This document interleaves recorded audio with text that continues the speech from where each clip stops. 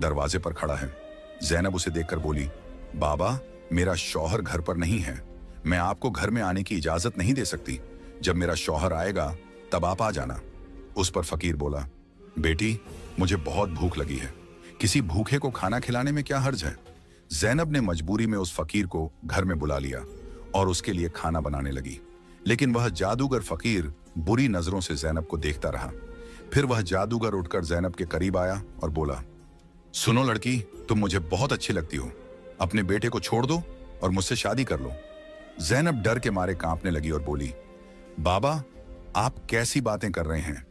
मैं शादीशुदा हूं और एक बच्चे की मां हूं। आपकी हिम्मत कैसे हुई ऐसा कहने की। यह सुनकर जादूगर फकीर को गुस्सा आ गया। उसने अपने जादू से जैनब को कुतिया बना दिया और उसके गले में रस्सी डालकर खींचते हुए ले जाने लगा। इधर जैनब का बेटा जोर जोर से रो रहा था। जैनब की बहनों ने जब उसके बेटे के रोने की